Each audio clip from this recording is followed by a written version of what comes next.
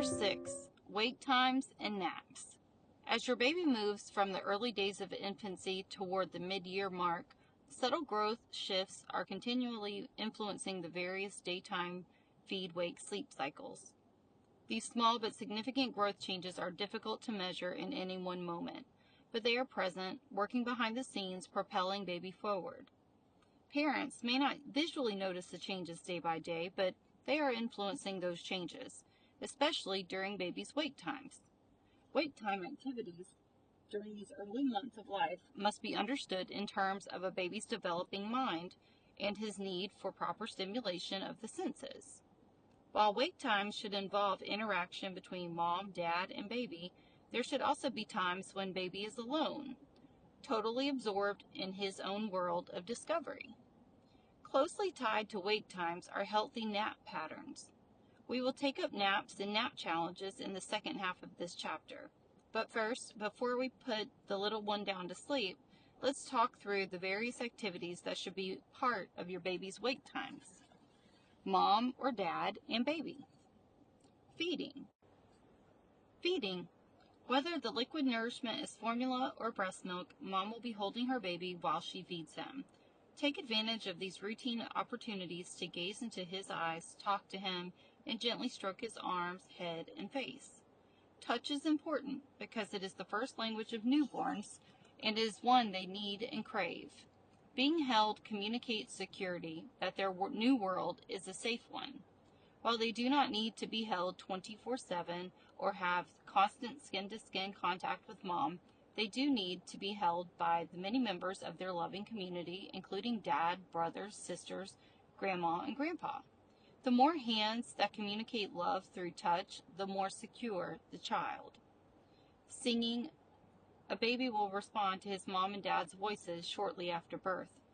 During wake times, parents should enjoy talking and singing to their babies, remembering that learning is always taking place. The simple la la la sound of his parents' voices will have relational meaning to a baby, even though the words do not. Children memorize words more quickly when they can sing them. That means it is never too early to start working with your child to teach him the many different ways words can be used. Reading. Likewise, it is never too early to read to your baby or to show him colorful picture books, especially cloth, plastic, and other durable books that baby can explore on his own. Your little one will love to hear the sound and inflections of your voice. During bath time. This is another pleasant routine for your baby. Mom or dad can sing, talk, and share their most inner thoughts, or just have fun splashing and making the baby's rubber duck quack. Playing. While smiling, cooing, and little giggles are all part of baby play, the best part of a baby's wake time is when he gets to cuddle with mommy, daddy, siblings, or his grandparents. Such feelings of love and security cannot be replaced. Walking. The baby cannot walk, but his parents can. Going for a stroller ride and getting some fresh air is a great fun for baby, and walking is great exercise for mom and dad. Strollers that have baby facing outward provide a greater opportunity for learning because he is able to see the world around him. His brain takes in new sights, sounds, colors, and the beauty of nature. Double-strap front pouch baby carriers are another option. Baby playtime. When young mothers gather to talk and show off their new little ones, it is common to hear differing opinions on many topics, including how best to manage a baby's day. Planning some alone time in a baby's day is a topic that evokes a variety of opinions. Most parents with an infant in the home tend not to think about this, yet some monitored alone time provides critical opportunities for learning. By alone, we do not mean leaving baby out of sight, but rather providing opportunities for him to investigate his world without being constantly entertained. How can a mom make this happen? Experienced Babywise moms will tell you it is a gradual process starting with something as basic as the infant seat. This is one piece of practical baby equipment that is especially handy during the first few months of a baby's life. For clarity's sake, the term infant seat is now equated with an infant car seat. However, we are speaking of basic infant seats similar to that of Fisher-Price, My Little Lamb seat. This style is portable and elevates baby just enough to view his little world and parents can find a place for the infant seat just about anywhere. I think in our terms, or in more modern time, for us, this would be the equivalent to what we know as like a bouncy seat. Parents can find a place for the infant seat just about anywhere.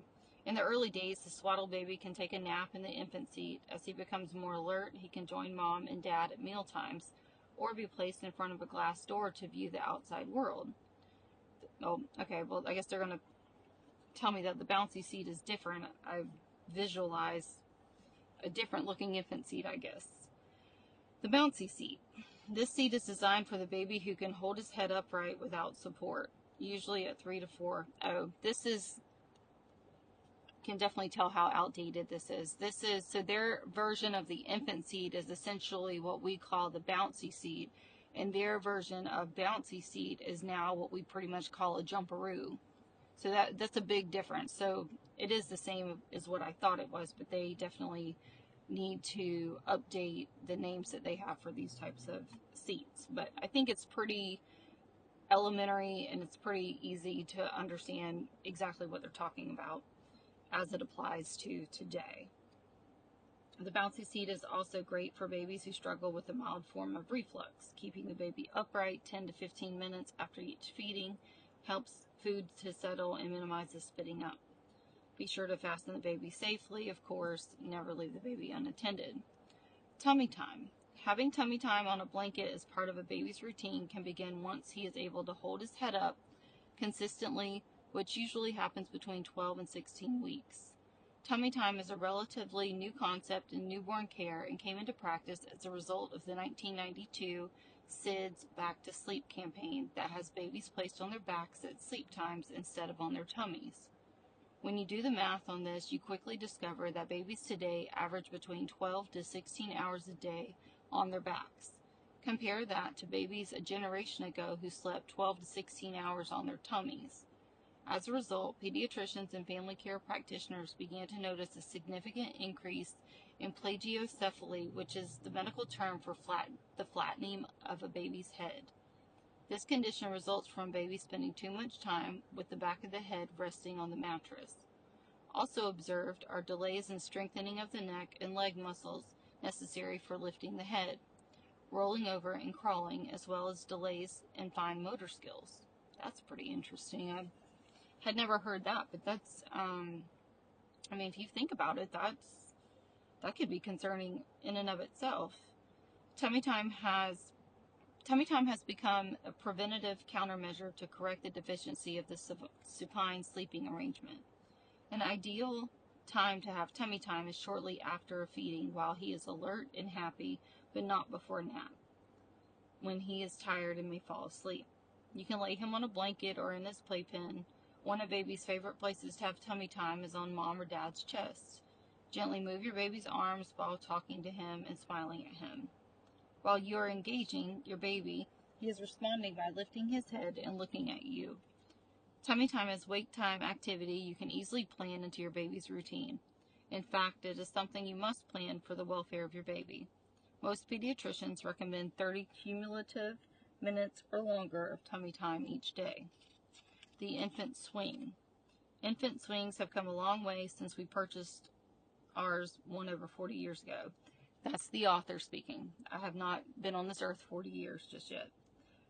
Back then, they did one thing, swing the baby back and forth. Today, just about every conceivable feature is available, including multiple speeds, various reclining positions, and swings that play music as they rock. Nowadays, they vibrate. They go back and forth, like front and back, and then they also go side to side now. Reclining option works well if you use the swing after feeding your baby, since this takes pressure off his full tummy. Putting a baby in a swing allows him to watch what is going on around him, but do not get into the habit of letting him fall asleep in a swing, as it relates to fussy babies. They tend to settle better with rocking motion at a stronger setting and speed. A slower speed is conducive for relaxed, non-fussy times. There is more discussion related to the infant swing in Chapter 9. Lord knows I pretty much lived in my baby swing according to my mother, and I know my oldest son absolutely loved the swing. However, my youngest one did not, because apparently it looked too much like his car seat, and he absolutely hated his car seat. So I think it's interesting because obviously that's going to be different with each child. The exerciser. When your baby is able to sit up and demonstrates good head and neck control, the exerciser is another fun wake time activity to try. This is contained activity center with a variety of objects to explore, aiding your baby with hand-eye coordination. It also strengthens his leg muscles as he pushes and moves in the exerciser. I also know that thing will irritate the daylights out of a determined baby. The bumbo seat, I'm not really going to go into deep detail about each one of these, because as I'm reading it, I'm recognizing like this may be really good information if you are a first-time parent, but this is also, many of it is very common. We've seen them. And if you are getting ready to have a baby, if you're ready for your first baby, or it's going to be your last baby, I think we all can agree that regardless of what baby you're about to have or conceive, you're going to be looking for the latest and greatest. So I'm sure there's going to be many, many gadgets that you will have to look into. I do want to discuss the playpen for just a little bit. It says by 6 weeks, a baby can benefit by spending some wait time in a bouncy seat placed inside the playpen in view of a mobile. As your baby grows and begins to roll over, the playpen will serve as a safe space for wait time activities. They call them playpens. They're now called pack and plays, and I do believe the newer pack and plays actually have a bassinet feature where you can adjust the levels of the mattress pad and whether or not the baby needs to go all the way down once they start trying to stand up, or if they're just in their infancy and so they're trying to roll over. Definitely something to check out if you're expecting a baby, but doesn't really offer anything at this time. It keeps referring to chapter 9, so it appears that we're going to be revisiting some of these things. I just don't want to spend a whole lot of time on this, because I think this chapter really hammers into wait time and naps, and in the Watts case, that is a subject that is pretty controversial throughout most comment sections. So let's skip down here to where it says nap times and basic sleep needs. Adequate sleep is an important part of baby's life and will continue to be beyond his first year. Newborn naps frequently throughout the day, which means a parent can take advantage of nap time for training a baby to sleep when he is supposed to. While parents will not actively involved in sleep training before 4 weeks of age, they will be doing so passively by establishing a good feed-wake sleep routine. Below are some nap wait time summaries highlighting what new parents can expect through the first year. Now, I know when we're speaking about the Watts case, the children were clearly beyond newborn, 1 to 2 months, 3 to 5 months, 6 to 8 months. And so even the sleep and nap summary that I'm reading in the book would not relate to what was going on during the time of the crime, because it only goes up to the first 52 weeks. But it does come back down here to naps and crying. Naps are one thing, crying is another. The two, unfortunately, will sometimes go hand in hand. While parents should not be anxious about this, neither should they be unconcerned. Here are some facts to consider. Crying for 10, 15, or even 20 minutes will not harm your baby physically or emotionally. Your baby will not lose brain cells, experience a drop in IQ, or have feelings of rejection that will leave him in a manic depressive at age 30. So basically, all this BS of, oh my gosh, I can't believe you let your baby cry it out for 5, 10, 15, 20 minutes. It's going to damage him for life. All of those things, according to Babywise, and I will say according to pediatricians, because I've been the mom that's been asking questions about letting a baby cry it out and why in the world was my child screaming his head off and what could I possibly do.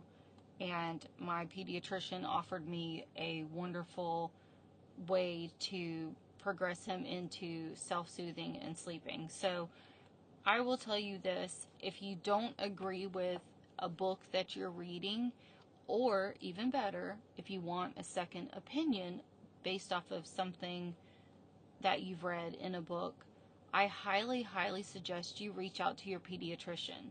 Many times, people and patients think that your doctor is only there in the event that you get sick or have a cold, but really and truthfully, they are there and they have so much information that they can pass on to you and so many techniques to help you.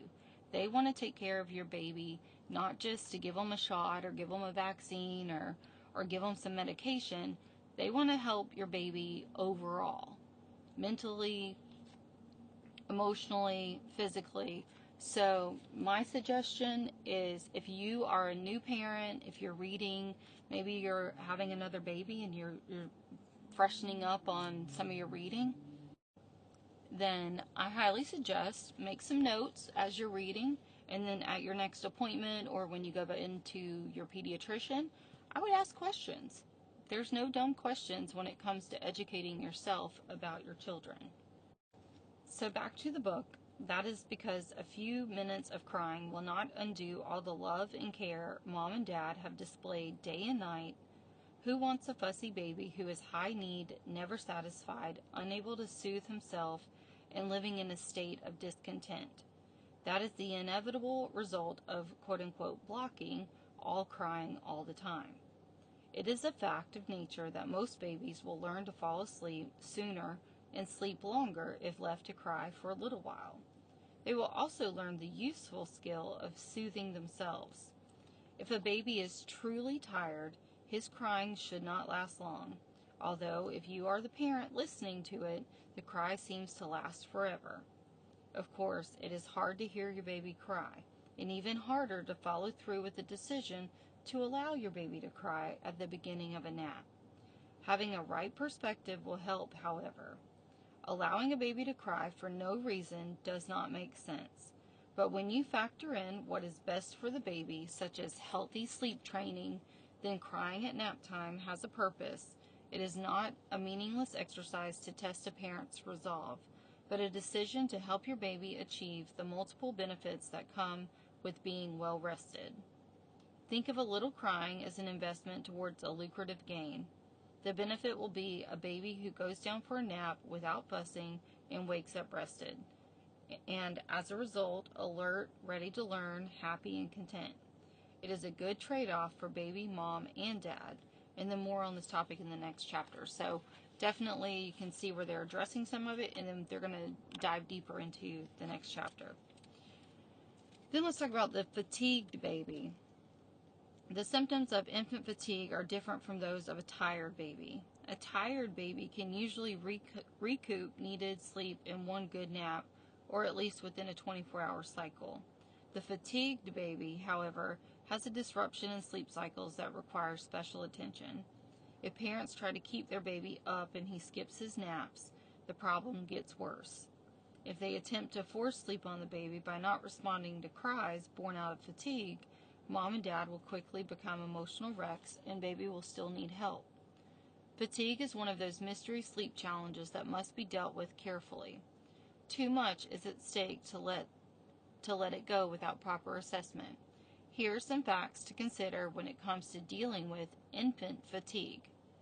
Healthy sleep has two primary components that most parents are unwilling to give up: a baby who sleeps through his naps without waking and one who sleeps in his crib for those naps.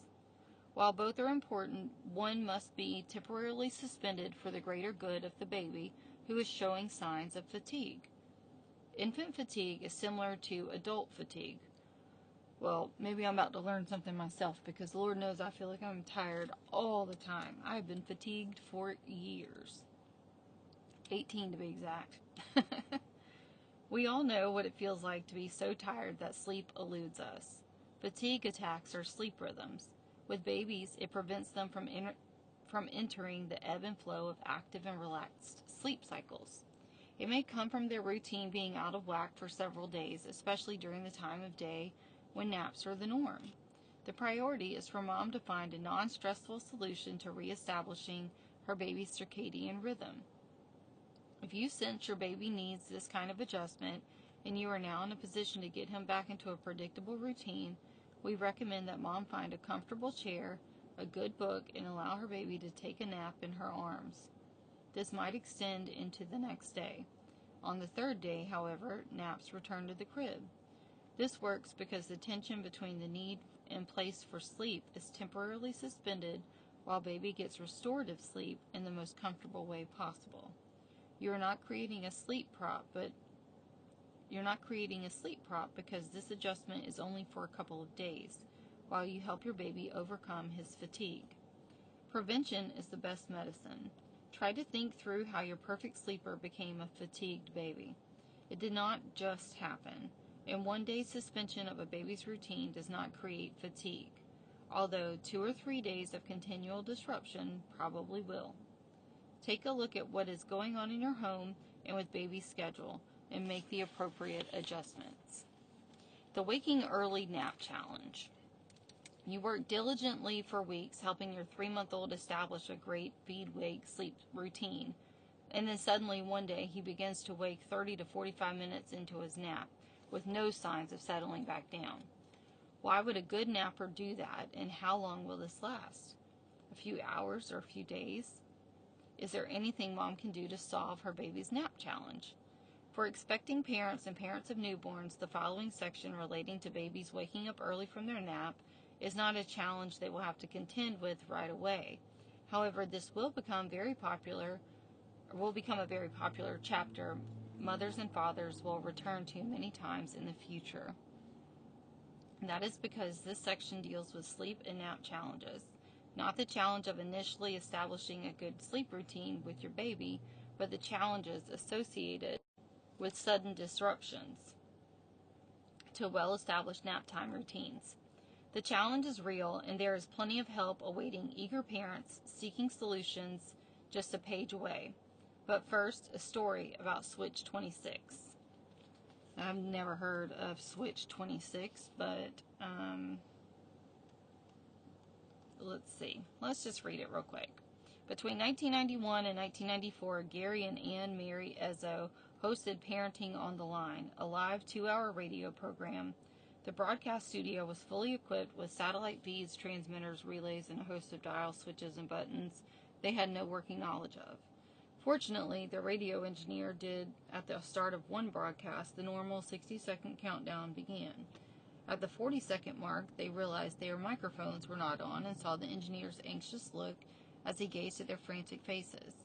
Seconds later, the engineer was standing near them, scanning a bank of 30 tiny switches in various on-off positions. He suddenly fixed his gaze on switch 26, flipped it to the on position, and instantly the microphones were alive. The Ezzos never forgot that moment or the feeling of anxious bewilderment when their predictable routine was unexpectedly interrupted. Parenting has its share of bewildering moments, no joke, such as when a baby wakes early out of a sound nap, contrary to his normal habit of sleep. Like Switch 26, the fixes are fairly easy, but identifying the cause of the problem is not always as clear-cut, especially if a mother is not sure what to look for. But if there was a checklist that parents could work through to help them identify most likely the causes of the baby's nap disturbances, the good news for the Babywise mom and dads is that a list does exist. So we're fixing to see a list of different concerns or potential issues that would create a problem with baby's sleep cycles. And I'm assuming, like I said, guys, I'm reading this as we go through it for the first time as well. And I want to be careful that I don't glance over anything, because I know that we are about halfway through this book, and as of now I have yet to hear or read anything pertaining to Benadryl or Tylenol.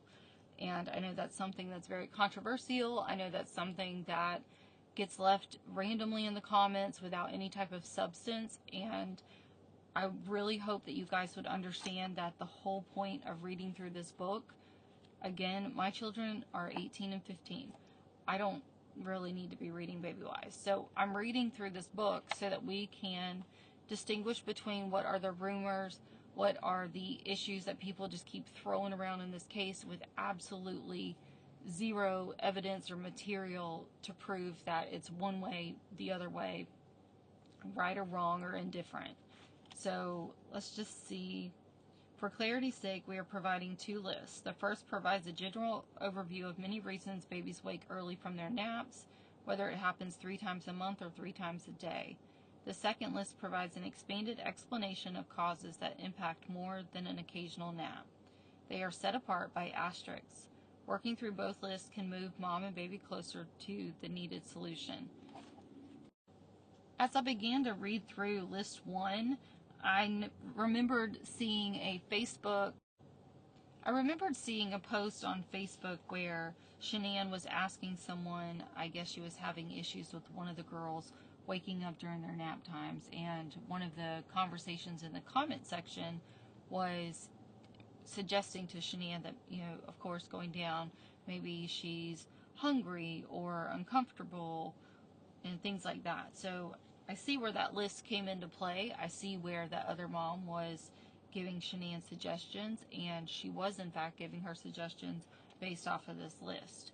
So if you see that post floating around, it is worth reading and looking into before you start drawing your opinions. So list 1, sleep challenges related to baby.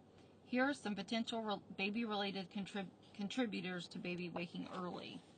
Baby is hungry because he did not take a full feeding at his previous feeding. He needs more milk calories. He's starting a growth spurt, or he's ready to start solid foods. Baby is uncomfortable because he is getting sick, has a slight fever, is teething, starting an ear infection, etc.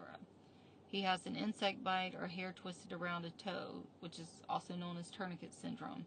It does happen, and you won't even think to look at their toes and stuff, but especially mamas with any length of hair, really, but especially those with long hair, make sure you're checking your baby's toes just to make sure that doesn't happen. He is too hot or too cold, or he has a diaper rash. Number 3 would be baby's tummy is troubling him. He has mild or delayed case of reflux. He is having an allergic reaction to new baby food. He is struggling with the bowel movement, or he needs to burp. Number 4 is baby woke up because he startled himself. He rolled over and does not know how to roll back, or he lost his pacifier and cannot resettle without it. Number 5 is baby is starting a sleep nap transition because he is extending his nighttime sleep, which affects daytime naps, and or his body does not require as much sleep in a 24-hour period, thus impacting naps. Sleep challenges related to mom. Here are some potential mother-related contributors to baby waking early. Number 1, baby is hungry because the previous feeding proved to be inadequate. Mom's milk supply has gradually decreased. Number 2, mom's diet is affecting the nursing baby. Number 3, baby has a reaction to new medication mom is taking. Number 4, the nursing baby is getting too much lactose from mom. Number 5, mom's schedule was rushed, so she did not allow enough time for her baby to receive a full feeding. Sleep challenges related to activities. Here are some potential wake time activities that can contribute to baby waking early. The previous wake time was too short.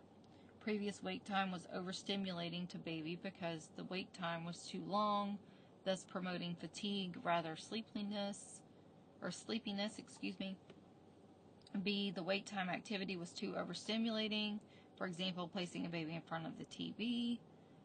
Or C, baby's overall routine has too much flexibility, mom is running too many errands, and baby is catching cat naps in the car.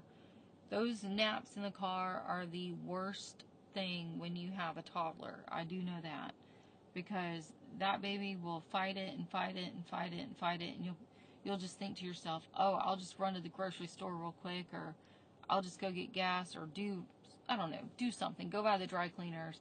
And the moment you put that baby in the car seat, unless he's like my little one, then out they go.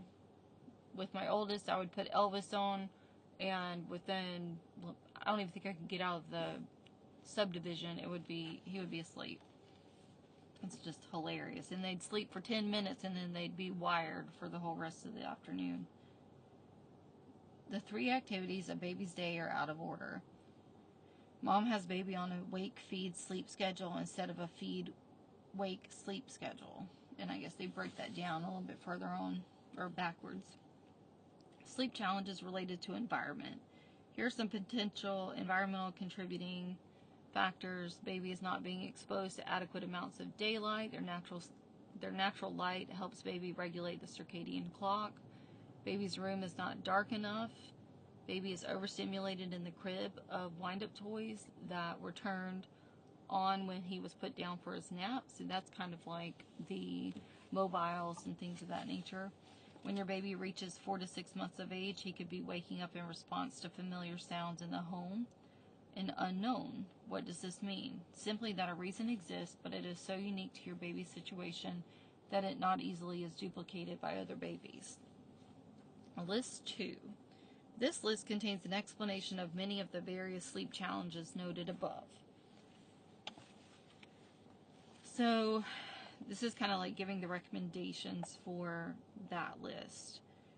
And it just talks about if your baby's not getting enough calories, whether it's breast or formula, you've got to feed them according to their needs. So while it doesn't always signal the start of solids, it may signal a need for more feedings. Some people add oatmeal to their formula or to the breast milk. Some doctors will tell you don't do it because it's a risk of obesity. I'm going to tell you one way or the other, a little bit here and there will settle a fussy baby for sure. Always consult your pediatrician about that, and then I'd highly suggest you talk to your grandma because I'm pretty sure she's got her opinion on that too. Baby is starting a growth spurt. Growth spurts will disrupt baby's nap times for the length of the spurt, which may be 1 to 4 days. Feed as often as you need to, but try to maintain the cycle the best you can. The day after the growth spurt ends, your baby will take longer than normal naps for a few days. I could always tell when my kids, when they were between like 4 and 10 or 12, I could always tell when they were getting ready to hit a growth spurt because they would eat all the time and then they would sleep. Just interesting looking back on it. Number 3, baby is ready to start solid foods. Or the baby has a well-established nighttime sleep pattern. Any abnormal waking at night between 5 and 6 months of age and waking early during the naps might be a signal that more nutrition is required. Number 4, baby is uncomfortable because he's getting sick, is teething, or has a slight fever, start of an ear infection, etc. Explanation, recommendation. It is a little scary. Your baby wakes early from his nap, cries as if in pain, but you do not know why. First, you check his forehead for any indication of a fever. Ears and nose are next. No redness is good news.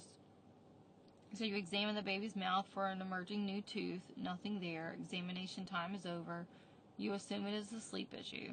Not so fast. The sudden and unexplainable cry has reason, and as a parent, you must figure out why. If you have not already, get into the habit of checking your baby all over once a day, including fingers and toes.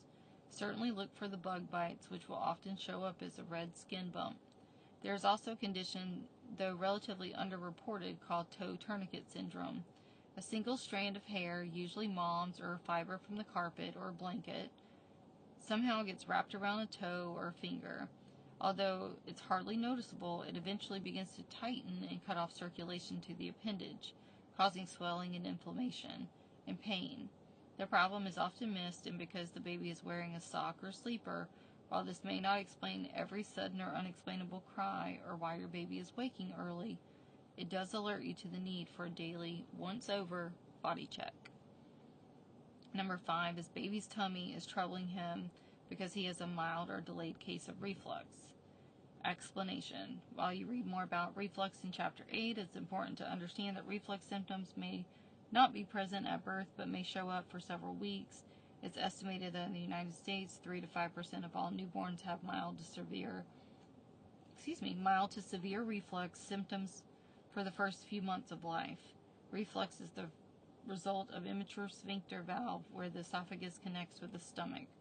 When working properly, it opens to allow us to swallow, burp, or vomit and closes immediately afterward.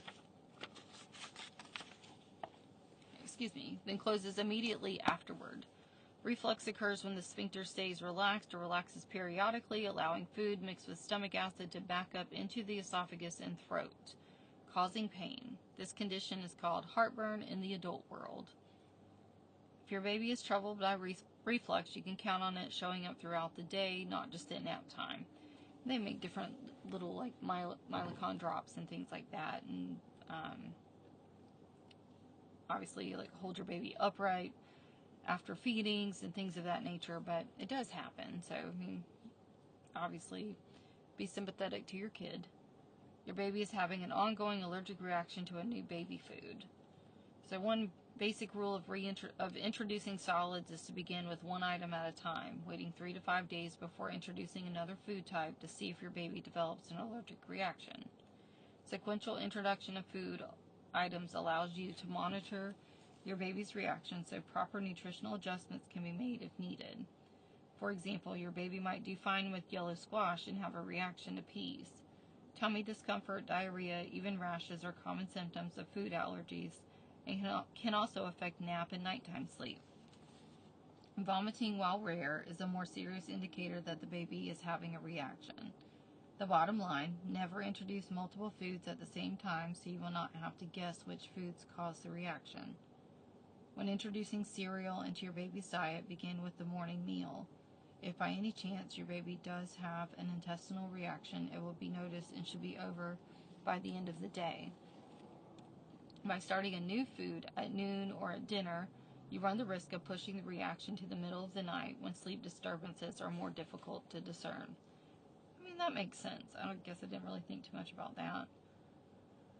Let's see, it goes into family history of acid reflux or heartburn, things like that.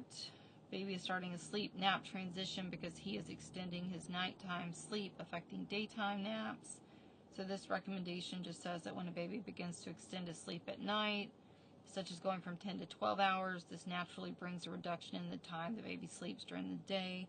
I know this is usually when you get to like those toddler naps where they don't take the 10 o'clock nap anymore, but it's usually a nap from like 1 to 3 right after lunch. Let's see. Baby's getting too much sleep and needs to subtract sleep hours. The sleep center in baby's brain will automatically begin to send an awake signal if there is too much sleep occurring in a 24-hour period. When he reaches this level of growth, he will begin to subtract hours of sleep. Normally, babies do not subtract hours from nighttime sleep, but from the daytime, which again goes back to no longer taking multiple naps during the day, but getting that one big one in the afternoon. See, number 9, it mentions baby is hungry because mom's milk supply is gradually decreased. And again, there's just troubleshooting on how to determine whether your milk supply is decreased or not. Let's see, baby has a reaction to new medication mom is taking. Let's read this one. This is a little interesting. It says, most medications prescribed to breastfeeding mothers are safe for the nursing infant. However, there are certain medications that could potentially become a source of discomfort, thereby impacting a baby's sleep. If mom suspects a link between her medication and her baby's irritability, there are several factors to consider.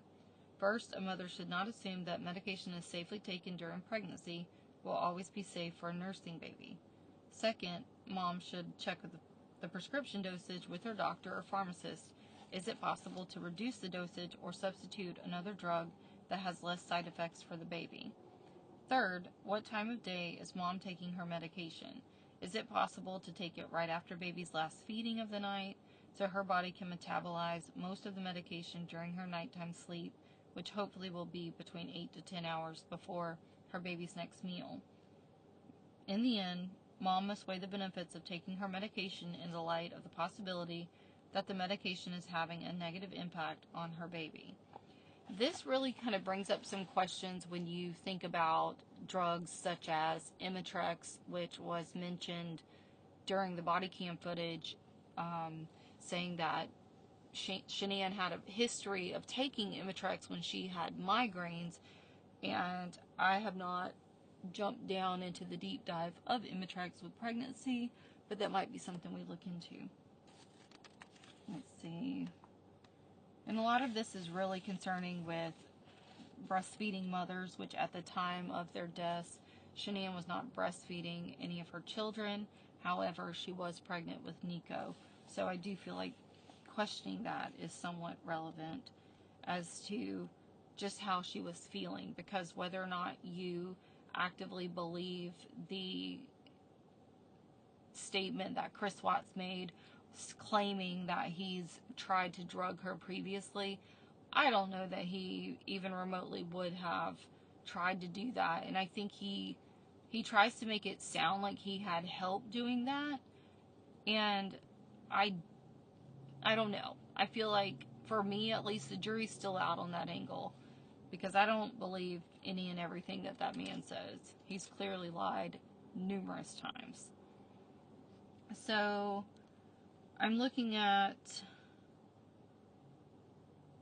each one of these subsections, and as I'm looking at these things, I'm realizing, at least for the time being, there has not been a single mention of using any type of medication to help them sleep.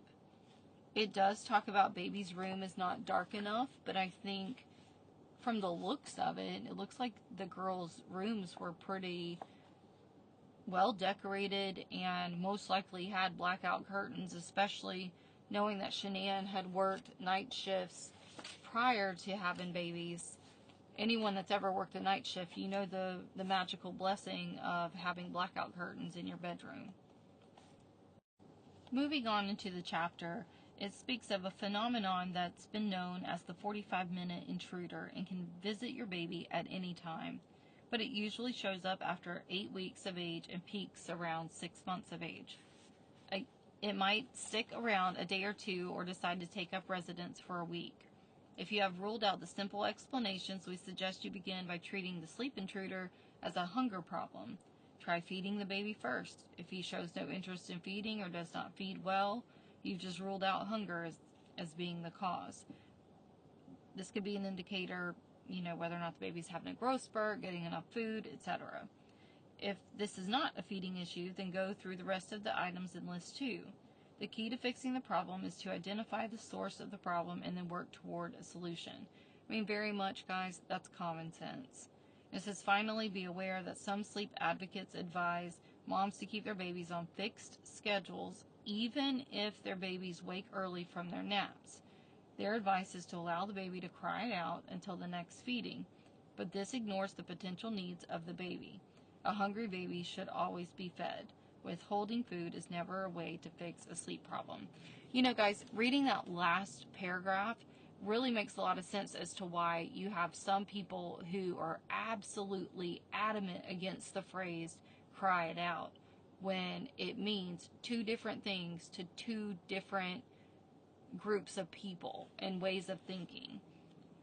Allowing a baby to cry it out from the time they wake up from a nap until their next feeding, that is not at all the same as allowing a restless baby to soothe himself and give him the opportunity to put himself back to sleep, as opposed to rushing into the nursery the moment he squirms around. So I think something that we can definitely take away from chapter 6 is keep in mind what you say, how you say it, and how something is printed. If you read something and you don't follow the proper punctuation, you can miss the entire point. You can then become misguided, and then you're sharing harsh and hateful opinions about your loved ones, your friends, strangers, new moms, well, I don't want to say old moms, but we definitely feel it sometimes. But, new moms, seasoned moms, there we go. If you are listening and someone is offering you suggestions or advice, just ask for clarity. That way you're not just assuming that you know what form of the quote-unquote cry it out method that they're referring to. And I think that's a good little nugget to take away from this video, because I may not be having babies now, I may not be raising babies now. However, I know and love many who are, and they're turning to books and they're reading them, and they may come across paragraphs like that and quotes, and I should say phrases, and they may skip right over it because they have this falsehood of what they think it means. And it really just says that some advocates think along these lines, and that's not at all what they're talking about. So I think that's a good place to wrap up chapter 6.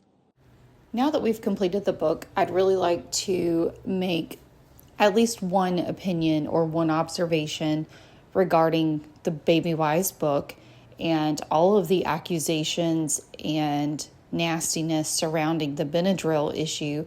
And that is that nowhere in this book, on any page or in any chapter, has it ever mentioned anything about Benadryl or Tylenol or anything of that sort. Now, I do have my opinion and thoughts on when and how this was actually used as far as parenting goes. And then I also have my deeper dive with the issue when it comes to Chris Watts. I do want to say that it's important to note that Cece and Bella experienced allergies off and on, as most babies do. When that happens, or when they're teething or sick with a cold, you're typically told that you rotate Motrin and Tylenol accordingly, and it does help. It is beneficial to them, and it is only for a certain amount of time. So keep this in mind as you read comments or you hear people make uneducated comments and observations about this case and just what role Benadryl did or did not play. Was it Babywise related? And I can go ahead and tell you right now, having just read and completed this book, that Benadryl to help a kid sleep is not a Babywise method, period. So that incorrect information can now be put to bed. I have forced myself to read this book. Like I said before, my children are grown and teenagers, and I have no babies that I need to be reading a baby book about. So it was definitely forcing myself to read this book and finish it. I do apologize for the delays in getting the remaining chapters out. However, I did think it was important to finish it up and at the very least go ahead and address the fact that people are claiming because Shanian used Babywise that she was using Benadryl to medicate the children. And again, the controversy comes with Babywise in general.